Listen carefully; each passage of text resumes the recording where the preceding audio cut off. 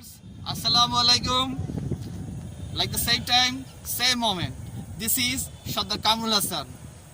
I belong to Gazipur. I am an English teacher at Shobipur Evergreen.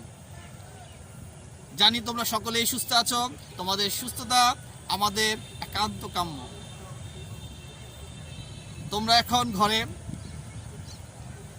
কিছুদিন পরে যখন COVID-19 শেষ হবে তখন তোমরা আবার তোমাদের প্রিয় বিদ্যালয়ে ফিরে যাবে, প্রিয় ক্যাম্পাসে ফিরে যাবে, মুখরিত হবে তোমাদের ক্যাম্পাস, তোমাদের পদচারণায়। এই প্রত্যাশা রইল। যা হোক বন্ধুরা, আমরা আমাদের আজকের পাঠে ফিরে যাব। আমাদের আজকের পাঠ্য বিষয় হচ্ছে ইংরেজি গ্রামার। আমাদের আজকের ডিসকাশন ম্যাটার হচ্ছে সেন্টেন্স পার্ট 3। তাহলে চলো বন্ধুরা, দেরি না করে আমরা আমাদের পাঠে ফিরে যাই। Let's go. হ্যালো ভিউয়ার্স, আসসালামু আলাইকুম। বরাবরের মতো আমি সর্দার কামরুল হাসান আজকে একটি নতুন ভীষণ একটা মোহনীয় এপিসোড নিয়ে তোমাদের সামনে হাজির হয়েছি। আর সেটি হচ্ছে সেন্টেন্স। যদিও আমাদের সেন্টেন্সের দুটি পার্ট হয়েছে, তারপরও আমাদের আজকের সেন্টেন্সের তৃতীয় পার্ট, দ্যাট মিনস আমাদের পার্ট নাম্বার 3। আজকে আমরা শিখব অ্যাকর্ডিং টু স্ট্রাকচার। গঠনগত দিক থেকে সেন্টেন্স কত প্রকার? সেন্টেন্স 3 প্রকার: simple sentence, complex sentence, compound sentence. এখন চলো বন্ধুরা, আমরা বরাবরের মতো এখন আমাদের পার্টে ফিরে যাই। According to structure. According to structure যদি আমরা সেন্টেন্সকে বিভাজন করি তাহলে সেন্টেন্স হয় 3 প্রকার: simple sentence, complex sentence, compound sentence. Simple, complex, compound. এই সিম্পলকে আমরা বাংলায় বলি সরল বাক্য। কমপ্লেক্স হচ্ছে জটিল বাক্য, কম্পাউন্ড হচ্ছে যৌগিক বাক্য। সিম্পল সেন্টেন্স সরল বাক্য, কমপ্লেক্স সেন্টেন্স জটিল বাক্য, কম্পাউন্ড সেন্টেন্স যৌগিক বাক্য। তাহলে অ্যাকর্ডিং টু স্ট্রাকচার, গঠনগত দিক থেকে সেন্টেন্স 3 প্রকার। এই 3 প্রকার সেন্টেন্সকে আমরা এখন বিশেষভাবে ব্যাখ্যা করব এবং উদাহরণের মাধ্যমে আমরা এটা বিশেষভাবে এটা বোঝার চেষ্টা করব। কেমন? তাহলে চলো বন্ধুরা, আমরা এখন প্রথমে আমরা শিখব simple sentence. What is simple sentence? Simple সেন্টেন্সটা কি? সিম্পল সেন্টেন্স হচ্ছে যে সকল সেন্টেন্স বা বাক্যে একটিমাত্র সাবজেক্ট এবং একটিমাত্র প্রেডিকেট থাকে তাকে সিম্পল সেন্টেন্স বলে। আর এর ইংরেজিতে ডেফিনিশন যদি হয় তাহলে হবে a sentence consisting of only one subject and only one predicate is called simple sentence. তাহলে এখন আসো আমরা এর উদাহরণ মাধ্যমে বোঝার চেষ্টা করি।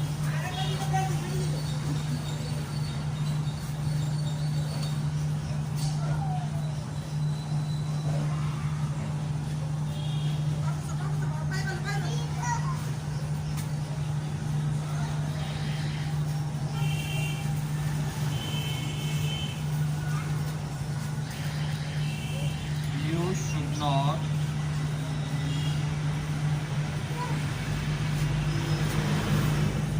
go there.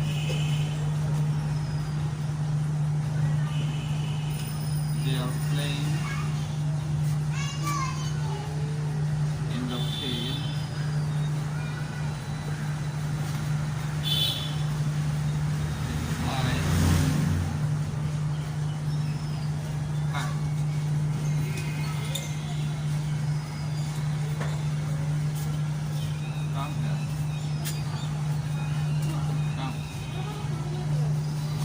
তাহলে এই উদাহরণগুলো দেখার মাধ্যমে আমরা এখন বোঝার চেষ্টা করি। ইউ শুড নট গো দেয়ার। এই বাক্যের মধ্যে একটি মাত্র সাবজেক্ট, যেমন ইউ, আর বাকি যে অংশটা সেটা হচ্ছে একটা প্রেডিকেট। তাহলে একটা সেন্টেন্স বা বাক্যে যদি একটি সাবজেক্ট এবং একটা প্রেডিকেট থাকে, দ্যাট মিনস প্রেডিকেটে অবশ্যই ফাইনাইট ভার্ব থাকবে। একটি মাত্র সাবজেক্ট এবং একটি মাত্র ফিনিট ভার্ব বা সমাপিকা ক্রিয়া থাকে, তাকে আমরা সিম্পল সেন্টেন্স বলি। তাহলে সাবজেক্ট এবং প্রেডিকেট থাকলে সেটি হবে simple sentence. Sentence consisting of only one subject and only one predicate is called simple sentence. That means একটা সাবজেক্ট এবং একটা প্রেডিকেট, প্রেডিকেটে অবশ্যই একটা ফিনিট ভার্ব থাকবে, তারপর বাক্যের বাকি অংশ থাকবে, তাহলে এটি হবে একটা সিম্পল সেন্টেন্স।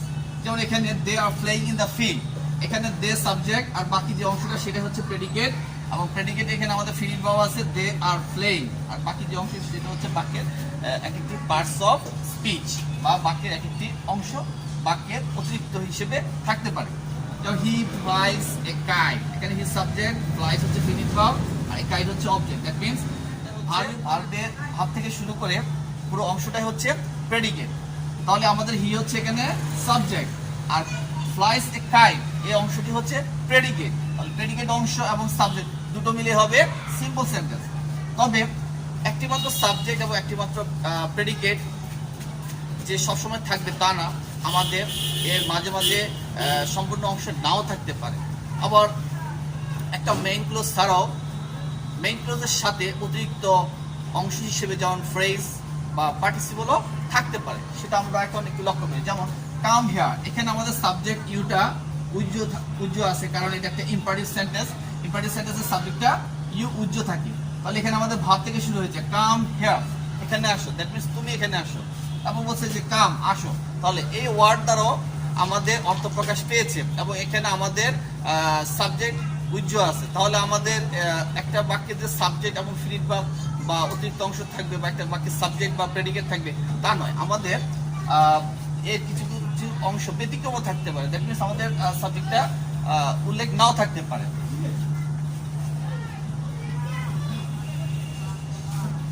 যেমন killing the bird,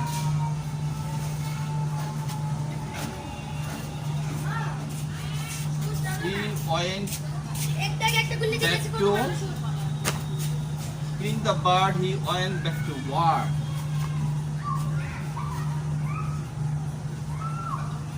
Despite of his illness, he went to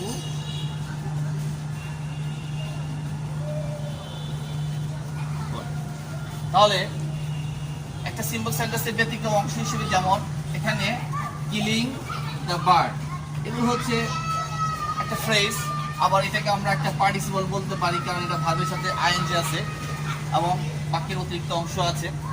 এরা বাক্যের একটা অংশ হিসেবে কাজ করে এবং এদের একটা অর্থ আছে, বাট এদের কোনো সাবজেক্ট এবং ফিনিট ভার্ব নাই, এই জন্য এরা হচ্ছে একটা ফ্রেজ। দ্যাট মিন্স তাহলে এখানে হি হচ্ছে সাবজেক্ট আর ওয়েন্ট ব্যাক টু ওয়ার্ক এটা হচ্ছে প্রেডিকেট, তাহলে এটা একটা সিম্পল সেন্টেন্স। আর এই বাক্যের সিম্পল সেন্টেন্সের শুরুতে আমাদের ফ্রেজ হিসেবে আছে এখানে কিলিং দ্য বার্ড। তারপর যেমন দ্বিতীয় বাক্যে আমাদের in spite of his illness, তার অসুস্থতা সত্ত্বেও হি ওয়েন্ট টু কলেজ, সে কলেজে গিয়েছিল। এখানে আমাদের কতগুলো শব্দ, কিন্তু এদের কোনো which has no subject and which has no predicate or finite verb. That means কতগুলো শব্দের সমষ্টি, এরা ফ্রেজ অর্থাৎ শব্দ গুচ্ছ হিসেবে বাক্যের শুরুতে বসেছে এবং একটা সিম্পল বাক্যের একটা অংশ হিসেবে বসেছে। অতএব একটা সিম্পল বাক্যের অংশ হিসেবে ফ্রেজ বসতে পারে, আবার নাও বসতে পারে, আবার একটা সিম্পল সেন্টেন্সের সাবজেক্ট উল্লেখ নাও থাকতে পারে। এভাবে একটা সিম্পল সেন্টেন্স আমাদের তৈরি হতে পারে। তাহলে আমরা বুঝতে পারলাম যে সিম্পল সেন্টেন্স কি। সিম্পল সেন্টেন্স দ্যাট মিন্স একটা সরল বাক্য যার একটা সাবজেক্ট আবার একটা প্রেডিকেট থাকে, আর প্রেডিকেট অংশটি আমরা অবশ্যই পার্ট 1-এ আলোচনা করেছিলাম যে প্রেডিকেট কিভাবে তাদের গঠন হয় এবং এটা আমরা আগে শিখেছি। এবং এটা এক কথা আমরা বলতে পারি যে সাবজেক্টের পরে যে অংশটা সেটা হচ্ছে প্রেডিকেট। তাহলে প্রেডিকেট অংশে ভাব থাকবে, অবজেক্ট থাকবে, এক্সটেনশন অর আদার্স থাকতে পারে। তাহলে আমরা এটা অবশ্যই মনোযোগ দিয়ে পাশাপাশি বেশি বেশি রিচেক করবো এবং বেশি বেশি এক্সারসাইজ করবো, তাহলে আমরা সিম্পল সেন্টেন্স আর আমাদের কোনো সমস্যা থাকতে পারে না এবং থাকবে না আশা করি। তাহলে চলো বন্ধুরা, আমরা এখন পরবর্তী যে সেন্টেন্স কমপ্লেক্স সেন্টেন্স সেই সেন্টেন্স নিয়ে আমরা এখন আলোচনা করবো। তাহলে চলো লেটস গো।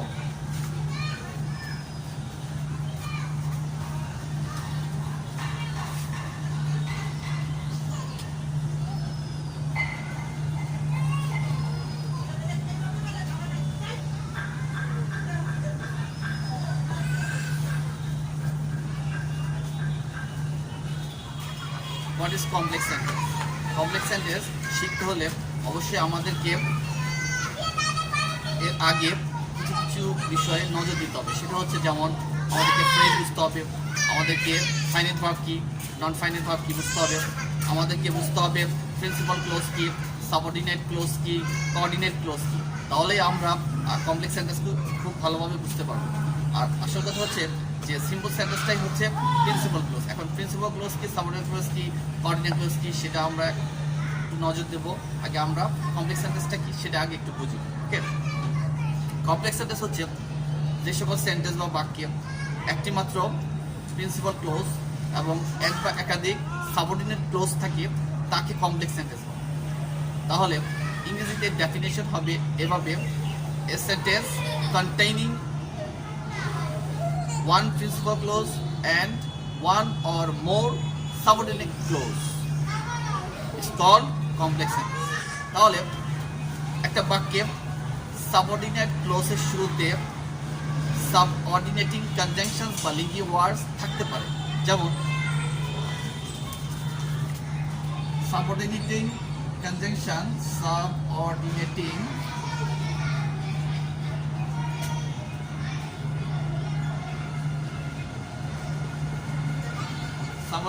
সাবঅর্ডিনেটিং কনজাংশনস বা লিঙ্কিং ওয়ার্ডস যা সংযোজন করে, লিঙ্কিং ওয়ার্ডস।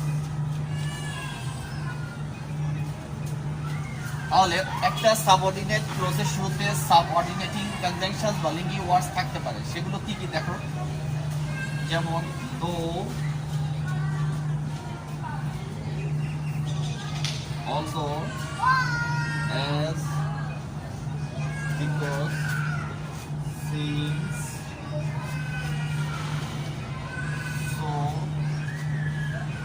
so that,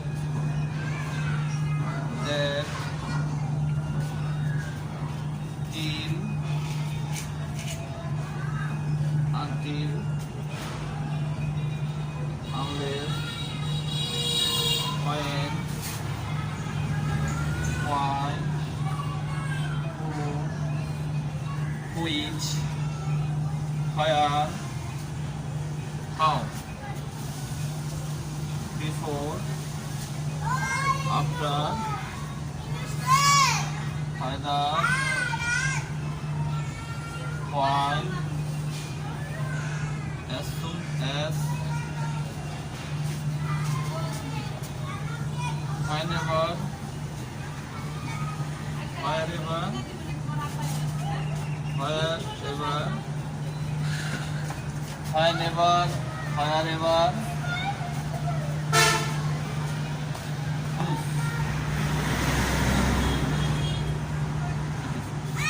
এই সাবঅর্ডিনেটিং কনজাংশনস বা লিঙ্কিং ওয়ার্ডসগুলো একটা সাবঅর্ডিনেট ক্লোজের শুরুতে থাকতে পারে। এগুলো দেখে আমরা বুঝতে পারবো যে একটা সাবঅর্ডিনেট ক্লোজ একটা মেইন ক্লোজ বা প্রিন্সিপাল ক্লোজের উপর ডিপেন্ড করে যখন একটা পরিপূর্ণ অর্থ প্রকাশ করবে তখনই সেটি হবে একটা কমপ্লেক্স সেন্টেন্স। এখন আসো আমরা ক্লোজ কি, প্রিন্সিপাল ক্লোজ কি, সাবঅর্ডিনেট ক্লোজ কি, কোঅর্ডিনেট ক্লোজ কি সেটা আগে একটু বোঝার চেষ্টা করি। তাহলে আমাদের principal clause, subordinate clause, coordinate close যদি আমরা বুঝতে পারি তাহলে আমাদের সিম্পল কমপ্লেক্স কম্পাউন্ডটা অতি সহজে আমরা বুঝতে পারবো। তাহলে চলো বন্ধুরা আমরা এখন ফাইনাইট ভার্বটা আগে একটু লক্ষ্য করি।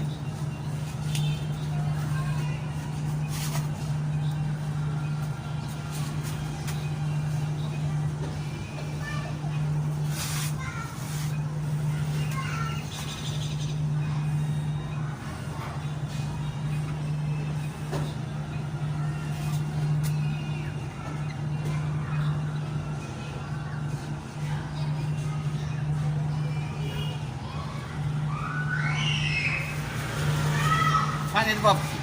What is finite verb? Finite verb হচ্ছে আমরা জানি মূলত একটা সমাপিকা ক্রিয়া। তাহলে এর সংজ্ঞাটা এভাবে আমরা বলতে পারি যে ভার্ব একটি বাক্য বা বাক্যাংশের ক্লোজের মধ্যে সাবজেক্টের সাথে সরাসরি সম্পর্কিত এবং সাবজেক্টের নাম্বার ও পার্সন দ্বারা নিয়ন্ত্রিত তাকে ফাইনাইট ভার্ব বলে।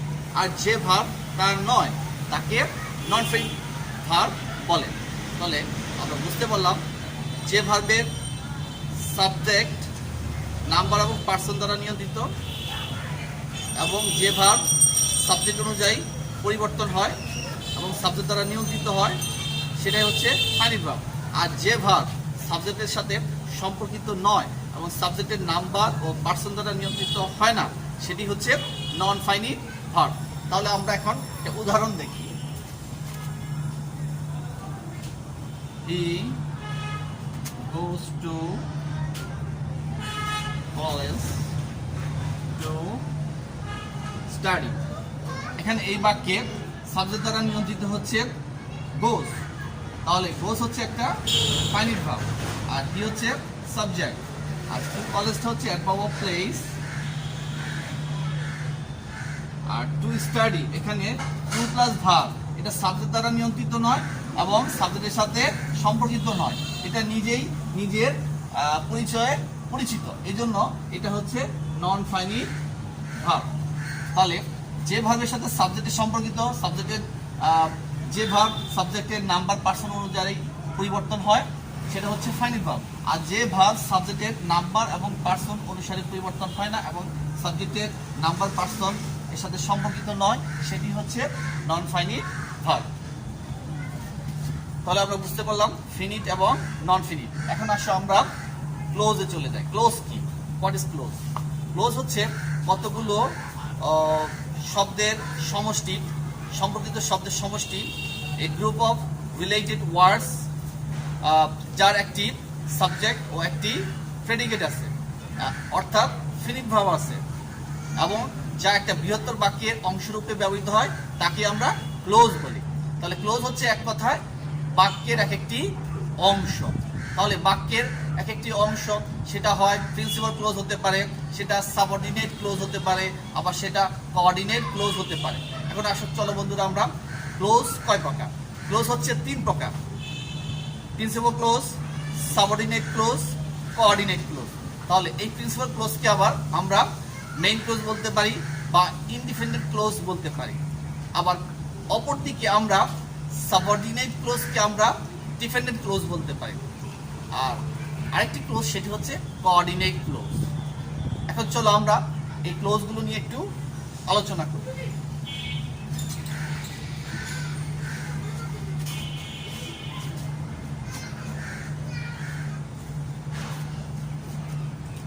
তাহলে ক্লোজকে আমরা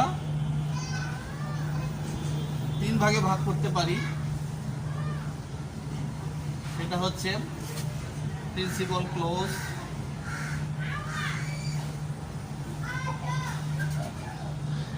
প্রিন্সিপাল ক্লোজের আরেক নাম হচ্ছে মেইন ক্লোজ, আবার আরেকভাবে বলতে পারি সেটা হচ্ছে ইন্ডিপেন্ডেন্ট ক্লোজ। Independent close. দ্বিতীয় ক্লোজ হচ্ছে সাবঅর্ডিনেট ক্লোজ, সাবঅর্ডিনেট ক্লোজ অথবা ডিপেন্ডেন্ট ক্লোজ।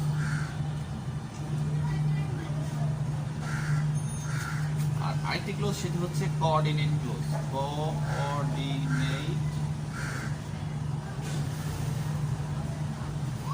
ক্লোজ। তাহলে প্রিন্সিপাল ক্লোজ হচ্ছে প্রধান বাক্যাংশ, আর সাবঅর্ডিনেট ক্লোজ হচ্ছে পরাধীন বাক্যাংশ, আর কোঅর্ডিনেট ক্লোজ হচ্ছে সহ বা সংযোজক বাক্যাংশ। তাহলে আমরা এখন এই ক্লোজগুলো নিয়ে এখন আলোচনা করব বা বিশ্লেষণ করব। তাহলে চলো বন্ধুরা দেখি।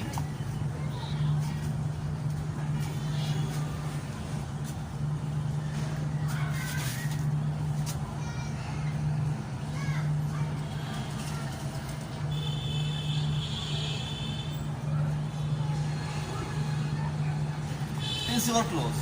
What is principal clause? যে ক্লোজ নিজেই স্বাধীনভাবে সম্পূর্ণ অর্থ প্রকাশ করতে পারে তাকে প্রিন্সিপাল ক্লোজ বলে। এই জন্য একে আমরা ইন্ডিপেন্ডেন্ট ক্লোজ বা স্বাধীন বাক্যাংশ বলে থাকি। যেমন হি told me that you not go there। এই যে একটা বৃহৎ বাক্য, এই বৃহৎ বাক্যের এক একটি অংশকে আমরা ক্লোজ বলে থাকি, কারণ এখানে হি টোল্ড মি, এখানে একটা সাবজেক্ট আছে এবং একটা প্রেডিকেট আছে। দ্যাট মিনস এটা হচ্ছে আমাদের প্রিন্সিপাল ক্লোজ। আর প্রিন্সিপাল ক্লোজের উপর যে ডিপেন্ড করে অর্থ প্রকাশ করে সেটাকে আমরা সাবঅর্ডিনেট ক্লোজ বলি। সাবঅর্ডিনেট ক্লোজ, কারণ একটা সাবঅর্ডিনেট ক্লোজে একটা সাবঅর্ডিনেটিং কনজাংশন থাকে। সাবঅর্ডিনেটিং কনজাংশন এখানে কি আছে? দ্যাট। তাহলে সাবঅর্ডিনেট ক্লোজটি যখন মেইন ক্লোজ প্রিন্সিপাল ক্লোজের উপর ডিপেন্ড করে অর্থ প্রকাশ করে তখন এই ক্লোজটাকে আমরা এই জন্যই ডিপেন্ডেন্ট ক্লোজ বা নির্ভরশীল বাক্যাংশ বলি। আর প্রিন্সিপাল ক্লোজকে আমরা স্বাধীন বলি, কারণ এই সাবঅর্ডিনেট ক্লোজটিকে আমরা যদি বাদ দিয়ে দিই তাহলে আমাদের প্রিন্সিপাল ক্লোজটি একা সম্পূর্ণ অর্থ প্রকাশ করতে পারে।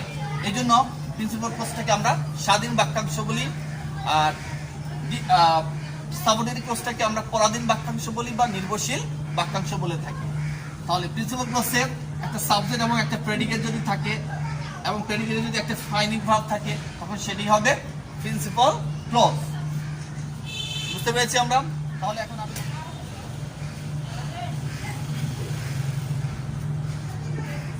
সাবঅর্ডিনেট ক্লোজ কি? যে ক্লোজ প্রিন্সিপাল ক্লোজের সাহায্য ছাড়া সম্পূর্ণ অর্থ প্রকাশ করতে পারে না তাকে আমরা সাবঅর্ডিনেট ক্লোজ বলি। সাবঅর্ডিনেট ক্লোজের শুরুতে সাবঅর্ডিনেটিং কনজাংশনস বা লিঙ্কিং ওয়ার্ডস থাকতে পারে, যেমন though, although, as, because, since, so that, that, till, until, unless, when, why, who, which, where, how, before, after, whether, while, whose, whenever, wherever, এরকম subordinating conjunctions বা linking words আমাদের subordinate ক্লোজের শুরুতে থাকতে পারে। আর সাবঅর্ডিনেট ক্লোজে যখন প্রিন্সিপাল ক্লোজের উপর depend করে অর্থ প্রকাশ করে তখনই সেটা হয় আমরা জানি কমপ্লেক্স সেন্টেন্স। তাহলে সাবঅর্ডিনেট ক্লোজ প্রিন্সিপাল ক্লোজের সাহায্য ছাড়া সম্পূর্ণ অর্থ প্রকাশ করতে পারে না। এই জন্য সাবঅর্ডিনেট ক্লোজকে প্রিন্সিপাল ক্লোজের উপর ডিপেন্ড করতে হয়, নির্ভর করতে হয়। প্রিন্সিপাল ক্লোজ বা মেইন ক্লোজ ছাড়া সাবঅর্ডিনেট ক্লোজ একাকী সম্পূর্ণ অর্থ প্রকাশ করতে পারে না। এটা সবসময় আমাদের মনে রাখতে হবে যে সাবঅর্ডিনেট ক্লোজ পরাধীন, কারণ সাবঅর্ডিনেট ক্লোজ প্রিন্সিপাল ক্লোজের সাহায্য ছাড়া একেবারে অকেজ, অর্থাৎ প্রিন্সিপাল ক্লোজ একা অর্থ প্রকাশ করতে পারে বাট সাবঅর্ডিনেট ক্লোজ একা অর্থ প্রকাশ করতে পারে না। তাহলে আমরা বুঝতে পারলাম যে প্রিন্সিপাল ক্লোজ কি এবং সাবঅর্ডিনেট ক্লোজ কি। প্রিন্সিপাল ক্লোজ এক কথায় স্বাধীন, যে নিজেই একা অর্থ প্রকাশ করে, আর সাবঅর্ডিনেট ক্লোজ পরাধীন, যা অন্যের উপর নির্ভর করে। দ্যাট মিনস প্রিন্সিপাল ক্লোজের উপর নির্ভর করে অর্থ প্রকাশ করে, তাহলে সেটি হবে সাবঅর্ডিনেট ক্লোজ। আর সাবঅর্ডিনেট ক্লোজ আর প্রিন্সিপাল ক্লোজ এই দুটি মিলে হয় কমপ্লেক্স সেন্টেন্স। আর প্রিন্সিপাল ক্লোজ যেমন একা অর্থ প্রকাশ করে, এই জন্য প্রিন্সিপাল ক্লোজের আরেক নাম আমরা বলতে পারি, সেটা হচ্ছে সিম্পল সেন্টেন্স। তাহলে এখন আসো আমরা কোঅর্ডিনেট ক্লোজ দিয়ে আলোচনা করি।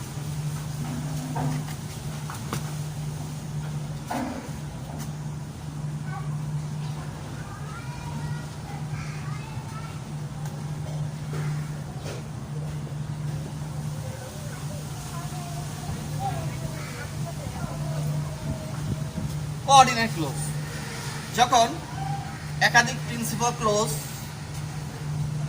Coordinating conjunctions and, but, or, not, yet, and, so, therefore দ্বারা যুক্ত হয় তখন সেটি হয় কোঅর্ডিনেট ক্লোজ। দ্যাট মিনস দুটি প্রিন্সিপাল ক্লোজ যদি কোঅর্ডিনেটিং কনজাংশন দ্বারা যুক্ত হয় তখন সেটি হবে কোঅর্ডিনেট ক্লোজ।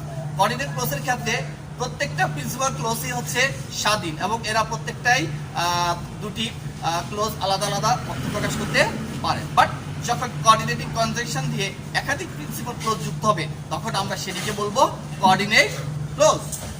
তাহলে কোঅর্ডিনেটিং কনজাংশন গুলো কি কি? কোঅর্ডিনেটিং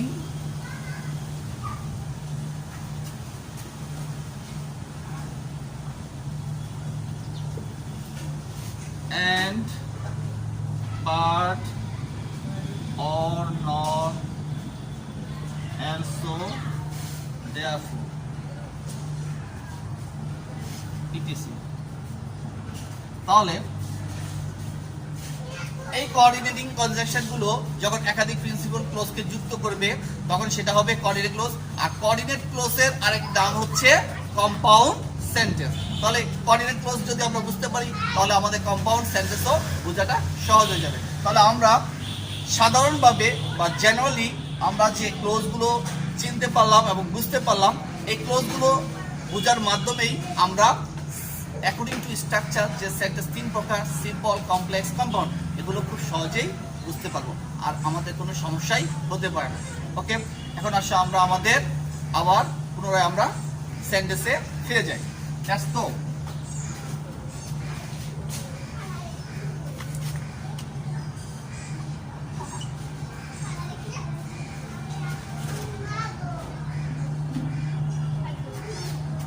তাহলে বন্ধুরা কমপ্লেক্স সেন্টেন্স আমরা শিখেছি, এর ডেফিনিশনও শিখেছি। এখন আসো আমরা উদাহরণের মাধ্যমে কমপ্লেক্স সেন্টেন্সটা আরো ইজিলি এবং সহজভাবে বোঝার চেষ্টা করি। ওকে,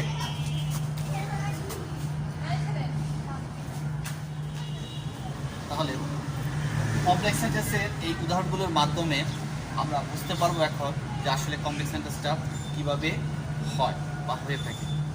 আসলে কমপ্লেক্স সেন্টেন্সের সংজ্ঞা তো আমরা শিখেছি, তারপর আবার একটু মনে করি যে সকল বাক্যে একটি মাত্র প্রিন্সিপাল ক্লোজ এবং এক বা একাধিক সাবঅর্ডিনেট ক্লোজ থাকে তাকে কমপ্লেক্স সেন্টেন্স বলে।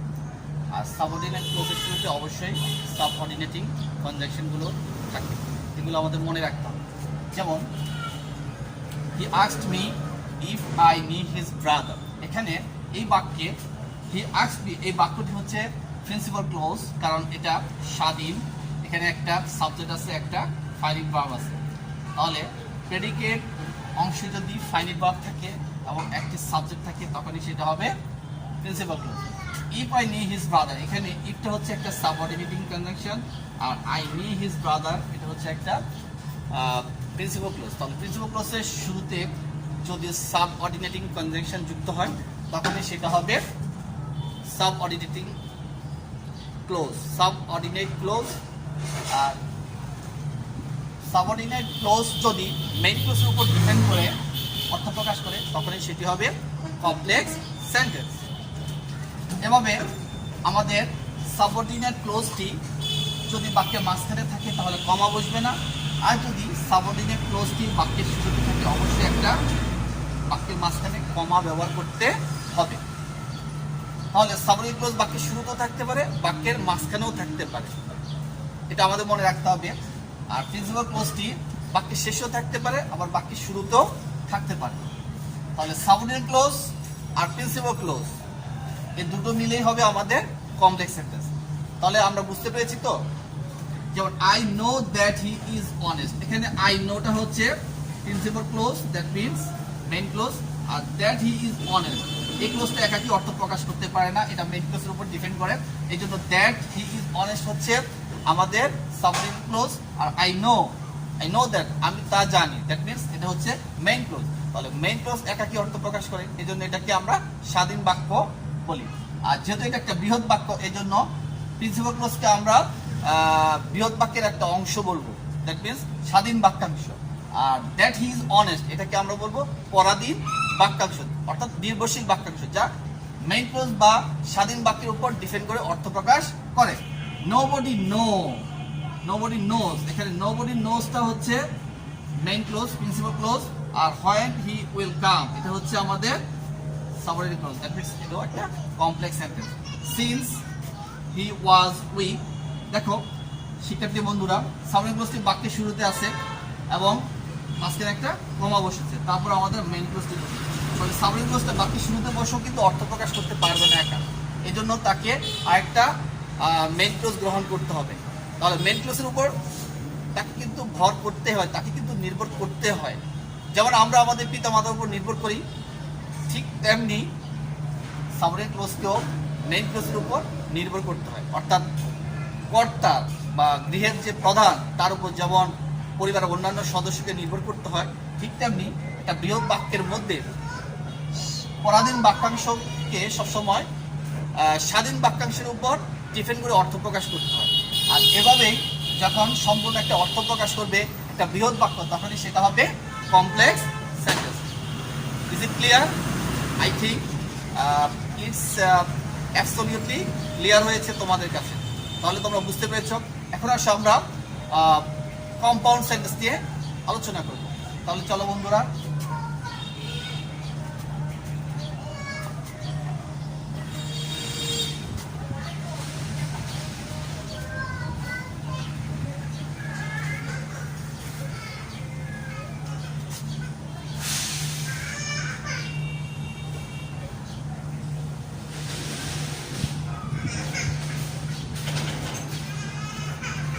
কম্পাউন্ড সেন্টেন্সটা কি? কম্পাউন্ড সেন্টেন্স হচ্ছে যে সকল সেন্টেন্সে একাধিক প্রিন্সিপাল ক্লোজ, এক বা একাধিক কোঅর্ডিনেটিং কনজাংশন দ্বারা যুক্ত হয়, তখন তাকে কম্পাউন্ড সেন্টেন্স বলে। A sentence having more than one principal clause connected by one or more coordinating conjunctions is called a compound sentence. তাহলে একটা কম্পাউন্ড সেন্টেন্সের শুরুতে যে কোঅর্ডিনেটিং কনজাংশনগুলো থাকে সেগুলো কি? সেগুলো হচ্ছে যেমন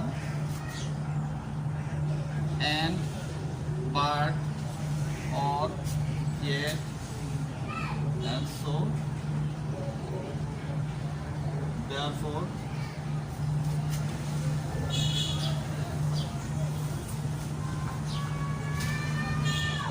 accordingly, otherwise,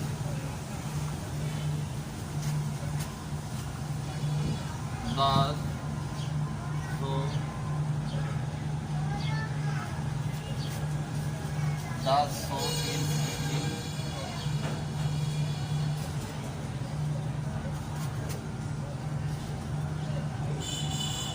not only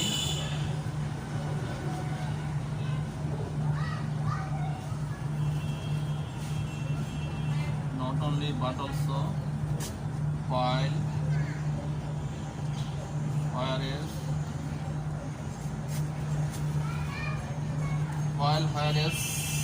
consequently,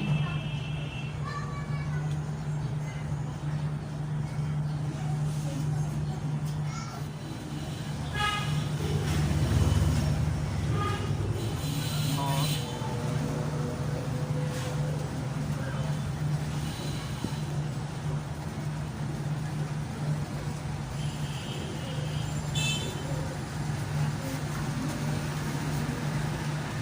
তাহলে এই কোঅর্ডিনেটিং কনজাংশনগুলো যখন একাধিক প্রিন্সিপাল ক্লোজকে যুক্ত করবে তখন সেটি হবে compound sentence.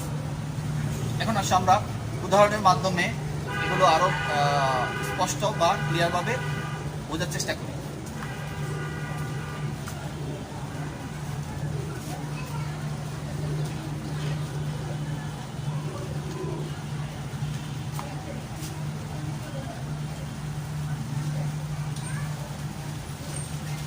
He loves me, but I hate you.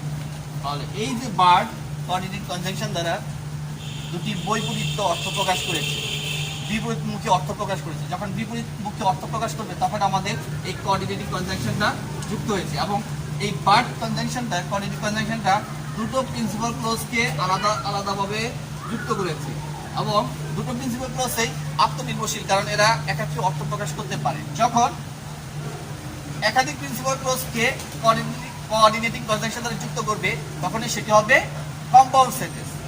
Clear? যেমন ধরো মুভ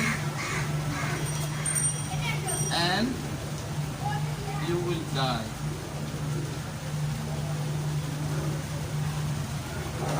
Move on.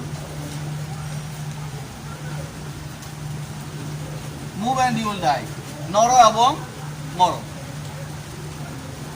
করো অথবা মারা যাও। That means move or you will die. নড়াচড়া করো অথবা মারা যাও, নড়াচড়া করো এবং মারা যাও। তাহলে আমাদের এভাবে যখন কোঅর্ডিনেটিং কনজাংশন দ্বারা একাধিক ক্লোজকে যুক্ত করবে তখনই সেটা হবে কম্পাউন্ড সেন্টেন্স। আর যখন ইম্পারেটিভ আইডিয়া প্রকাশ করবে তখন আমাদের সাবজেক্টিভ কেস অর্থাৎ সাবজেক্টটা উজ্জ্ব থাকবে। ওকে, তাহলে আমরা কম্পাউন্ড সেন্টেন্স কয় প্রকার? কম্পাউন্ড সেন্টেন্স হচ্ছে দুই প্রকার। একটা হচ্ছে ডাবল কম্পাউন্ড সেন্টেন্স, আরেকটা হচ্ছে মাল্টিপল কম্পাউন্ড সেন্টেন্স। এখন আসলে চলো বন্ধুরা আমরা এই নিয়ে একটু ডিসকাস করি। ওকে, এই উদাহরণ দেখে আমরা বুঝতে পারলাম যে কম্পাউন্ড সেন্টেন্স হচ্ছে দুই প্রকার। একটি হচ্ছে ডাবল কম্পাউন্ড সেন্টেন্স, আরেকটি হচ্ছে মাল্টিপল কম্পাউন্ড সেন্টেন্স। তাহলে ডাবল কম্পাউন্ড সেন্টেন্স কি? যে সকল কম্পাউন্ড সেন্টেন্সে দুইটি কোঅর্ডিনেট ক্লোজ থাকে তাদেরকে ডাবল কম্পাউন্ড সেন্টেন্স বলে। যে সকল কম্পাউন্ড সেন্টেন্সে দুইটি কোঅর্ডিনেট ক্লজ থাকে তাদেরকে ডাবল কম্পাউন্ড সেন্টেন্স বলে। যেমন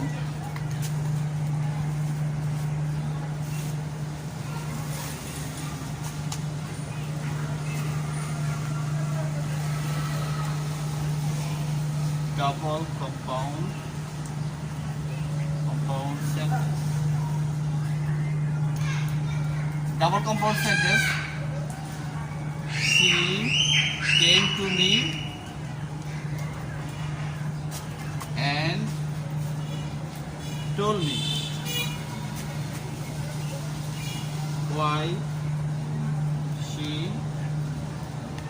went there.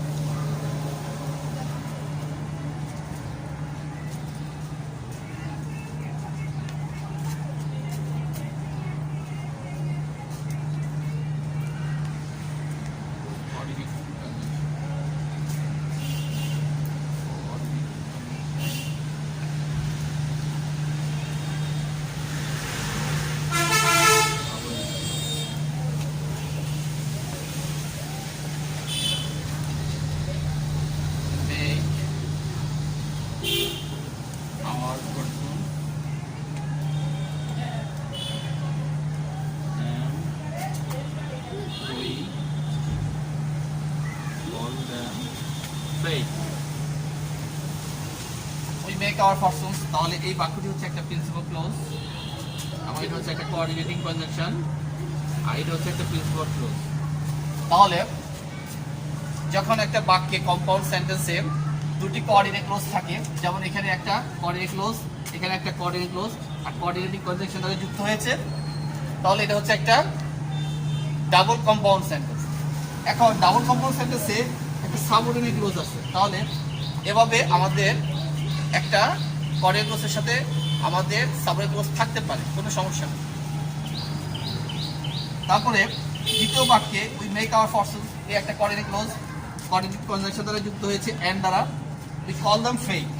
তাহলে দুটি কোঅর্ডিনেট ক্লজ এন্ড দ্বারা যুক্ত হয়েছে, তাহলে যখন দুইটি কোঅর্ডিনেট ক্লজ আমাদের একটা কম্পাউন্ড সেন্টেন্সে থাকবে তখন সেটি হবে double compound sentence.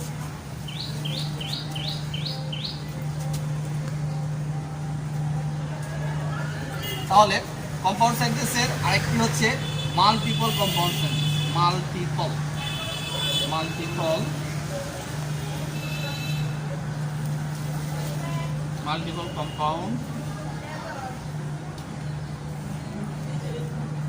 Compound sentence. তাহলে মাল্টিপল কম্পাউন্ড সেন্টেন্সটা কি?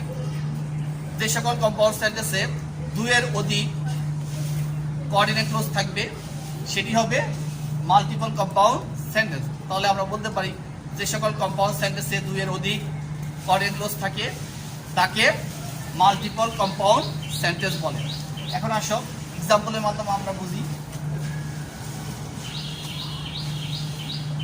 Kamal loves Kamrul and Kamrul loves Kamal, but they often quarrel. তাহলে এখানে একাধিক কোঅর্ডিনেট ক্লজ যুক্ত হয়েছে, কোঅর্ডিনেটিং কনজাংশন দ্বারা। তাহলে যখন একটা বাক্যে দুইয়ের অধিক কোঅর্ডিনেট ক্লজ থাকবে তখনই সেটি হবে মাল্টিপল কম্পাউন্ড সেন্টেন্স। এভাবে যেমন আমরা আরেকটা উদাহরণ দেখতে পারি।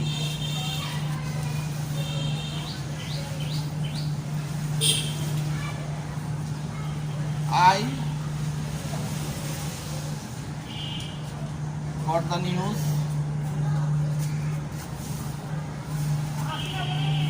and I was ready to go, but sudden illness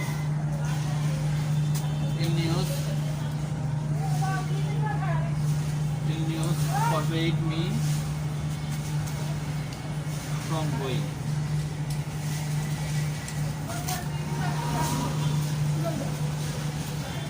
I got the news, একটা কোঅর্ডিনেট ক্লোজ, কোঅর্ডিনেট কনজাংশন দ্বারা যুক্ত হয়েছে, আরেকটা clause, I was ready to go, but coordinate conjunction দিয়ে আরেকটি ক্লোজ যুক্ত হয়েছে, sudden ill news forbade me from going. তাহলে আমি সংবাদটি পেয়েছিলাম এবং আমি যাওয়ার জন্য প্রস্তুতি নিয়েছিলাম, কিন্তু আকস্মিক সংবাদ, দুঃসংবাদ ফরবেড মি আমাকে নিষেধ করলো ফ্রম গোয়িং, যাওয়া থেকে বারণ করলো।